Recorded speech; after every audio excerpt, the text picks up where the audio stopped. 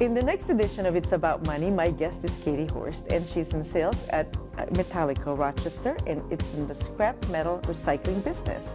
Stay tuned for the next edition of It's About Money.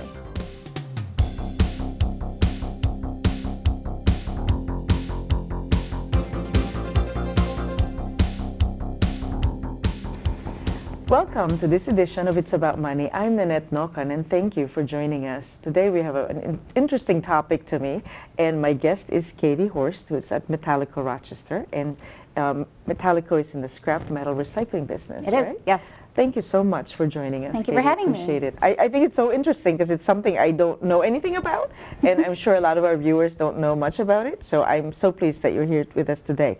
So tell us why metal recycling matters. You know, everybody talks about recycling, so this is a different kind of recycling. I don't generally recycle metal except for maybe canned goods.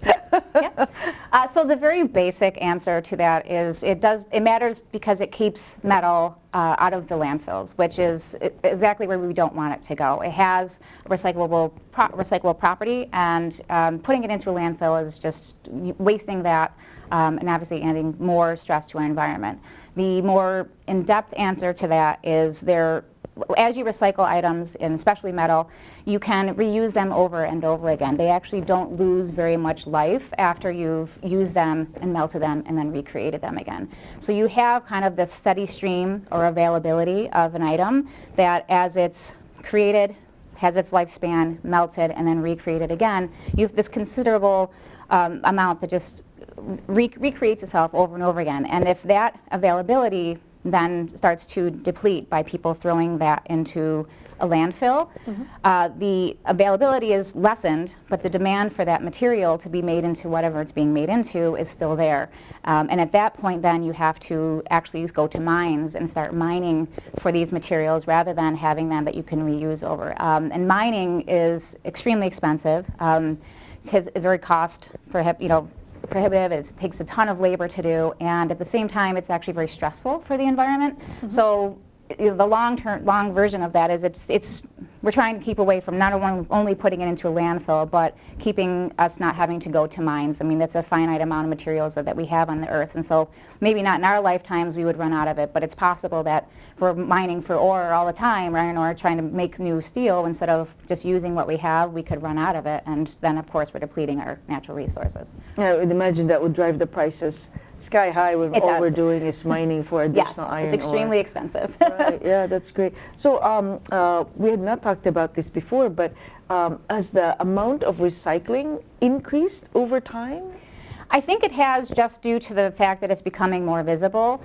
When I was a young child in school, we learned about recycling in our elementary classes, and so it was kind of shoved down our throats to be very recycling conscious. And I don't know that they teach it as much in schools these days, but I think because of my generation being in that age where we're having our own children, we're teaching that. But I think also the generations, the new youth, is actually very more environmental conscious, which is almost kind of pushing that recycling interest forward, just because they are so environmentally conscious with all organics and all sorts of new things. So that focus just on the environment in general is actually putting a little more focus onto the metal recycling. And it's kind of bringing a little bit that into the forefront. Oh, that's great. That's wonderful. So what metals are recycled? For most of us, we think, like I mentioned, canned goods, beverage cans, the aluminum thing. What is actually recycled? Like, how much of the consumer base metals are recycled?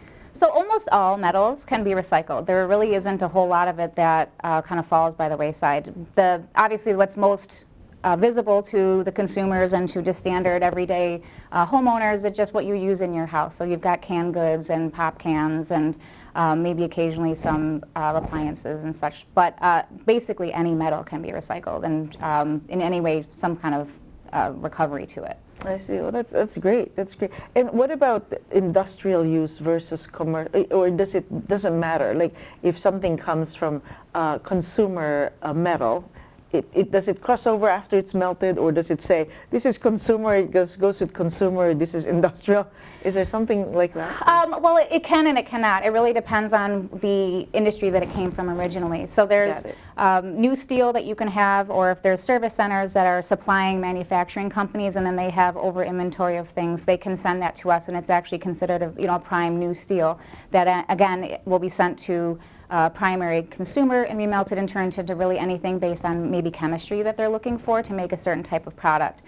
If things are coming to our facility that are contaminated, say, with plastics and rubbers and all sorts of things, that actually has to go to more of a secondary processor before it can actually go to be melted. So I don't think there's any discretion as to what goes to where. It's all based on chemistry at that point. So they're making a certain type of material that has a certain percentage of different types of elements and alloys and things like that. And so they're not deciding if it goes to consumer base or commercial base. It's more of just making sure that the chemistry meets the spec for whatever they're creating. Makes sense. Thank you for clarifying that. What are the ways that metal recycling business it's always recycling is always green, right? And there's no way that it would not be considered green, is it? We try to be as green as possible. There are obviously byproducts of anything. We serve manufacturing industries very closely. It's a very large part of our business. Manufacturing can be a little bit of a dirty business, and so obviously we come across some of those items as well. There's processes when you're manufacturing that involve some coolants and some liquids, and there's also stuff that comes to us that we don't recycle, such as woods and cardboards and things like that. What we try to do with that is find the most green path possible to recycle those as well. So while we don't do it, we have machinery and separators and such in our facilities that help us to water down and to burn off some of the water for the processing fluids that they use, and then we send them to a consumer that takes care of them responsibly. The same way with our cardboards and our wood. We find companies that do that are in the recycling industry that aren't our business, and we have reciprocal relationships with these companies. Okay. And then we have a great relationship to where when we need to get rid of wood and don't want to put it in a landfill, we send it to them and they grind it or whatever they make out of it, whether it's mulch or something else. And then the same thing with cardboard, and then we make them, recycling the paper and the cardboard into tissues or whatever they're making out of it. So while it isn't necessarily, the processes aren't super green, I think Metalico does an excellent job at trying to make, we always try to make sure that the processes are as green as possible. Yeah, that's great. I would have never thought of that, but even the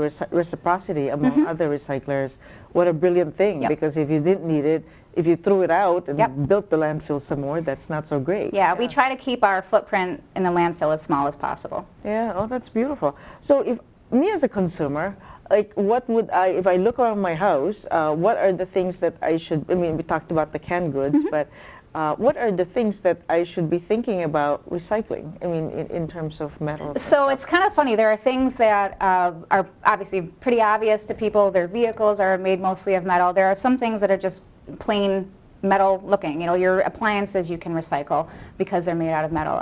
But there are some other things that people don't pay attention to or don't really see in the same way, only because they're maybe more decorative or their uses are a little bit different. We can recycle things like your silverware because it does have some kind of metallic property, or your pots and pans. In the same breath, we can do anything, again, decorative, so candelabras and things like that. Even stuff that doesn't look metallic when you see it, cords off of like lamps or extension cords or Christmas lights, they all have copper inside of them. So we'll buy those for what we call the copper unit that is inside of it. And you might not appear to be metallic as you're looking at it, and people don't maybe register that as something that can be recycled metally, but it does. Yep. Yeah, I didn't even think of that because it's inside the cord. But if it doesn't, the lamp doesn't work anymore, or whatever doesn't work anymore, rather than throwing that in the landfill, you could clip it or maybe bring the actual unit, and maybe there's something there that's metal that could be used. Actually, as you're speaking, I'm thinking to myself, gee, the outside of a computer is metal. Yeah, the brains of a computer, the outside is usually like a metal product. Yep. Yeah, right. I just thought of that. I'm like, oh, wow. Or chairs that are metal casters or legs or whatever. Yeah. Oh, there's a lot. Yes. Yeah, it's surprising. So rather than throwing in a landfill, think about how much of that one can recycle. And there's value to it. Yeah. Well. Oh, I see. I see. So value meaning that it comes and you weigh it or you look at the quality, and that's how it's. And you can get paid for it. Oh, okay. Since the commodities have a value, when we take them, we in turn can pay you for it. They all vary, but we can pay you for it. I see. So consumers who are just throwing it out, they might as well make money, turn their money into green money. Absolutely. Yeah, you're doing the most responsible thing recycling-wise, plus you're getting paid for it. Yeah, so because it's a commodity, the price could vary. So if the commodities are more going for a higher rate, they would pay more. If not, Correct, yes. So The metal market is very similar to like what we would consider a stock market, and that is because it fluctuates just very similar to that. The steel, metal, your iron and your steel products generally only trade once a month. The mills decide what they need for a buy, and then they also decide what the value of the material is going to be. And from that point, you can pay pretty much that one price for the entire month for anything that's steel, iron. Anything in your non-ferrous metals, so your aluminums, your stainlesses, coppers, they fluctuate a little more frequently. So your stainless or your aluminums may move up and down a couple times a month.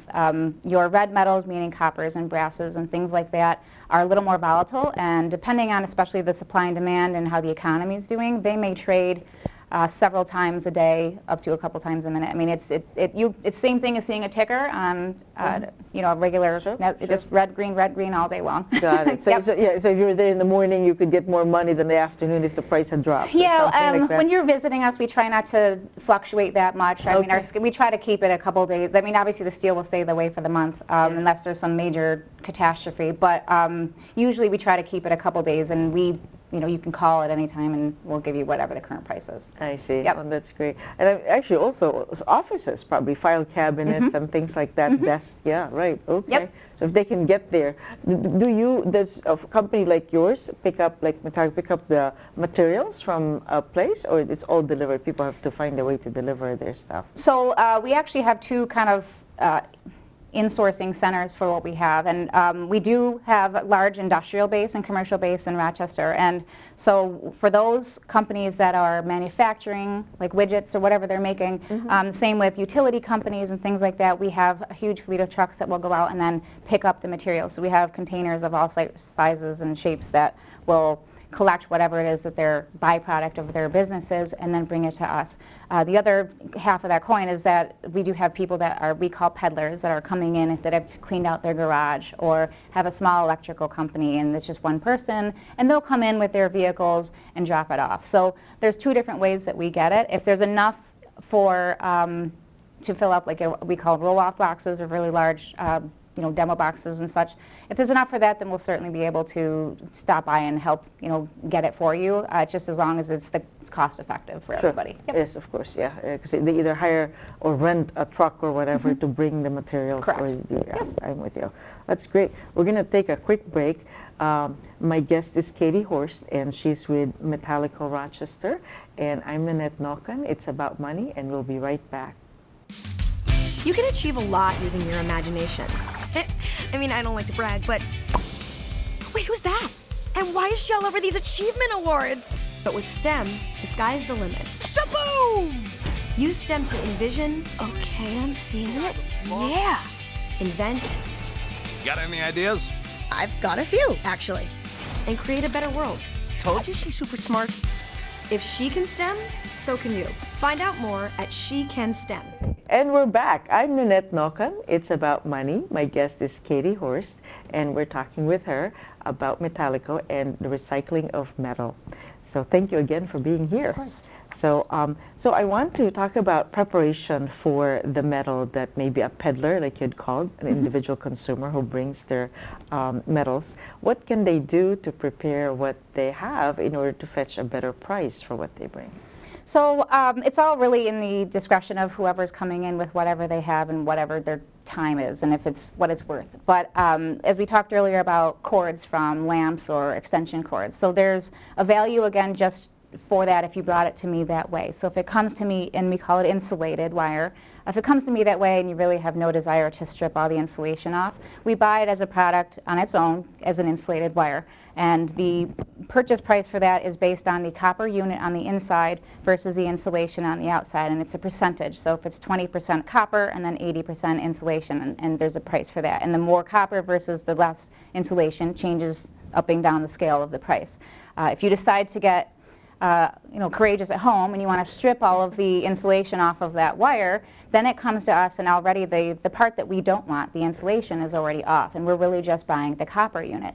That price is far greater in value than just having the insulation wire, because obviously there's a process that has to happen to the insulated wire versus you bringing me just clean copper. So there's a very difference in price based on how much you want to do it. But we take it either way, so it really depends on your prerogative.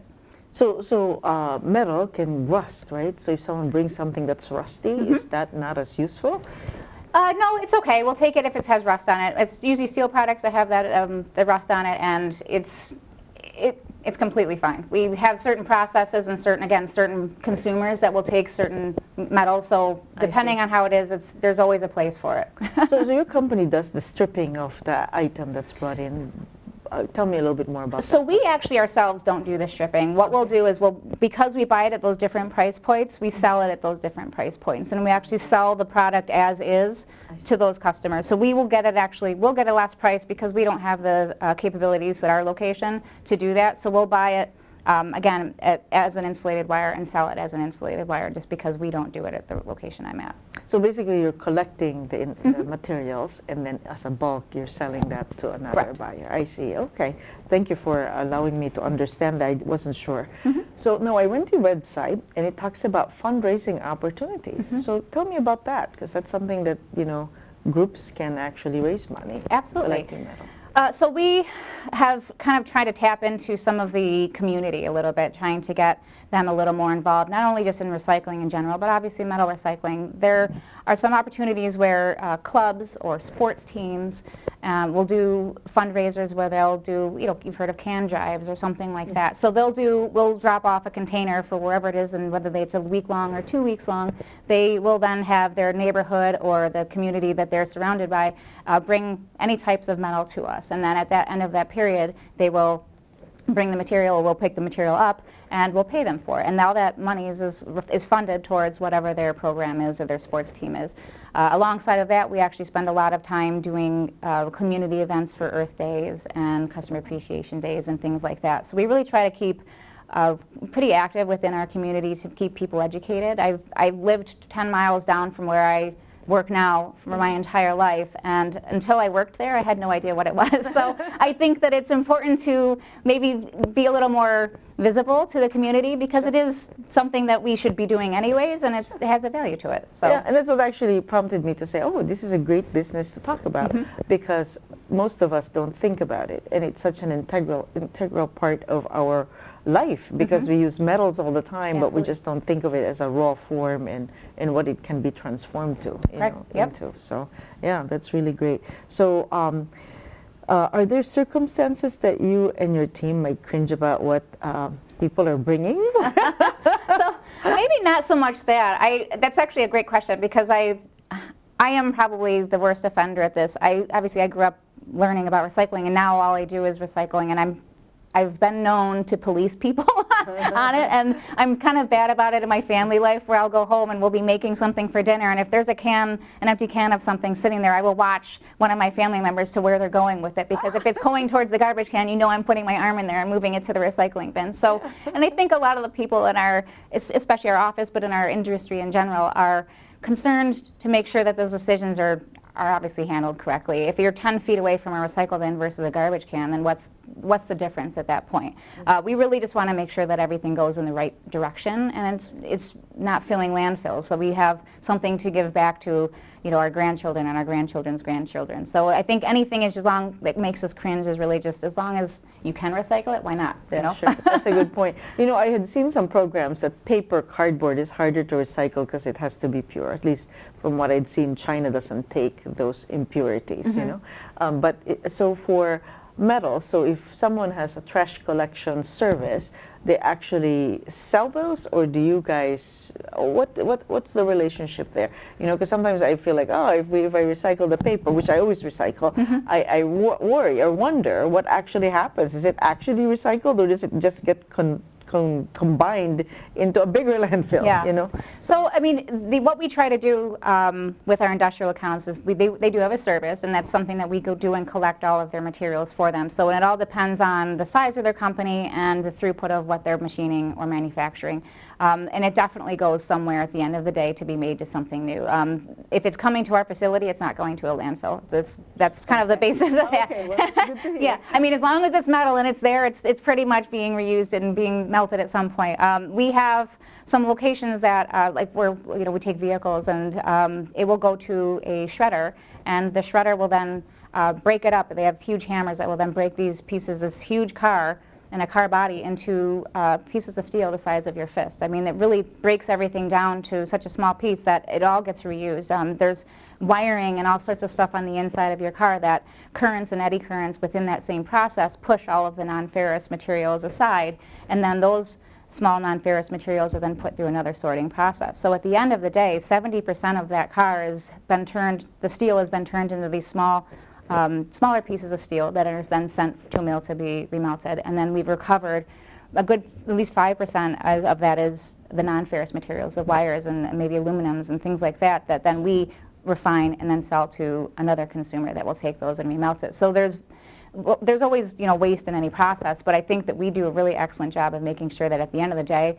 everything that we collect, or to the best of our ability, is sent for remelt and recycling. Well, that's great, because the car, as you're describing it, have this visual of how it's taken apart, because, you know, some people use their car a long time and others not, but it's nice to know that if it's no longer working, because I remember the government program called Cash for Clunkers, you know, which removed a lot of these vehicles from the road, and business must have been nuts then.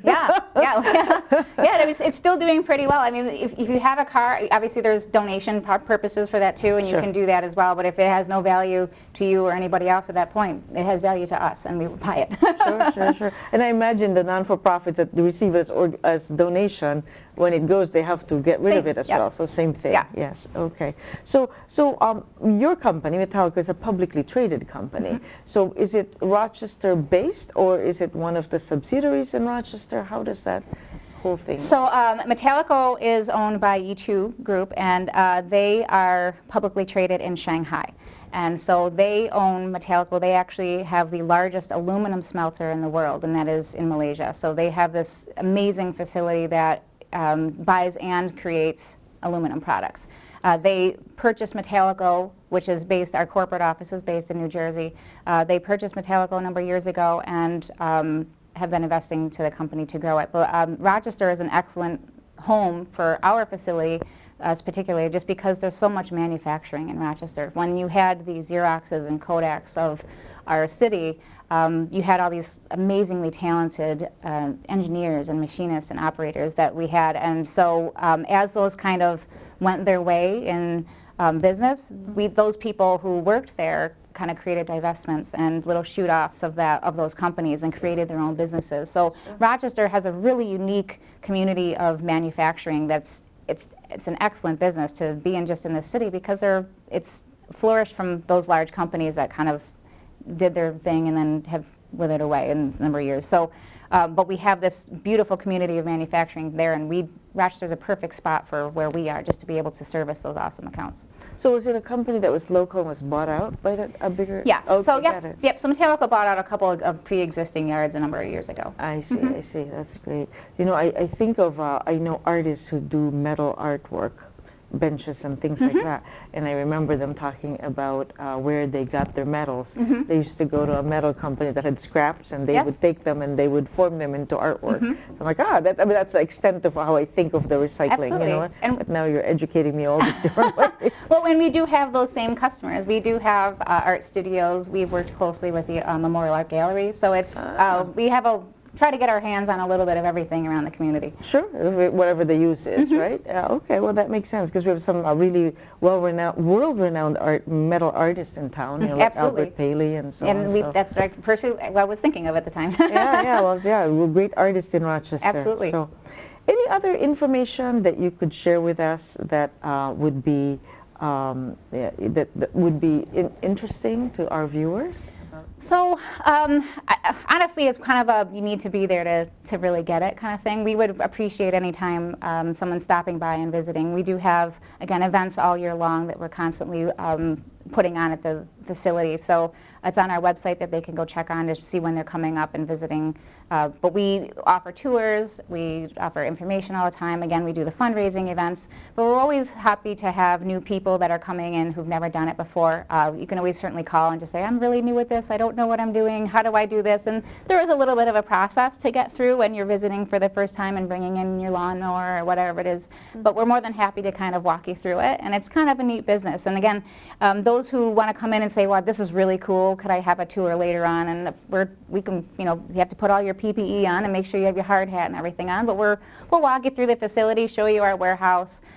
We've got videos of our shredder in Buffalo that runs really well. It's super neat to watch because it's just this. You can put a full car in it. It's so cool. But we'd love to get more exposure to what the business and the recycling processes are. So the more we can make it not even just a community thing, but just something really of interest for people to understand that this is super cool. Again, I didn't know about it for most of my life until I worked here. So I think we would be more than happy to entertain any kind of type of tours or projects that anyone, troop or Boy Scout troop, they earn a badge or something so I mean, like that. even for our Earth Day events, we've gone to classrooms in elementary schools to meet with their environmental clubs and create things that are recyclable from metal. We've had PowerPoint presentations and all sorts of presentations showing them the things that they can do at home to recycle, and of course we give them all little magnets, and they're touching everything in the classroom with it before we leave.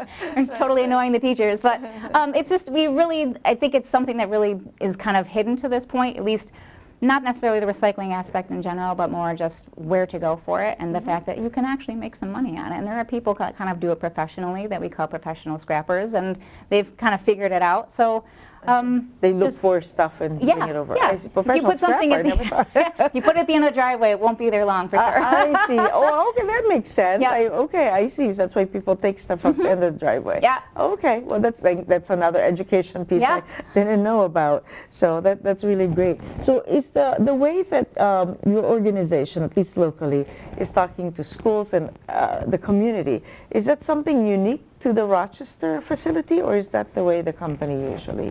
So I think Rochester has come a really long way to try and do things a little bit differently. My degree is in education, so my background immediately is to start trying to teach people about this so that then they're more informed and feel like they should be more involved. So again, Rochester, we have our other locations that are involved in their communities, but I think because of the unique background that Rochester has, we kind of like to try different things. So I'd say we're more of the satellite group when it comes to testing products and testing more different ways to get ourselves out there. So while I don't think it's just exclusive to us, I think we're kind of usually the guinea pigs when it comes to doing all this stuff. That's good. But I love it. I wonderful. think it's try something new and set yourself apart a little bit. Yeah, I never thought about, like you said, the offshoots of the big companies and how they, whatever they make, they will have some scrap, and it would be hard for them to form that back to the original. Oh, absolutely. So somebody has to form it back to the original for them to use it again. Correct. They have more scrap to it. You Yes. know what I mean? But in order to make the product, you gotta get all the scraps together and put it back. It's just those things that you don't think about, but it's really interesting. It is. It's a neat process. Yeah. So the message to our viewers is for them to think about recycling, right? Metal particularly, and to think about maybe ways to make sure that all the metals that they have are recyclable, even those that are sort of covered. Yes. Yeah. It can be done pretty much any way, no matter what you have, as long as it has some percentage of metal in it. And we recommend, even if we can't find the immediate solution for it, we can find you something. And we're open to any questions there are about it. Oh, that's great. I love the solutions. That's terrific. Thank you so much, Katie Horst. I appreciate it. Thank you for having me. And thank you, our guests, for watching our show today. I'm Nannette Nocon. It's about money, and my guest was Katie Horst from Metalico. Until next time.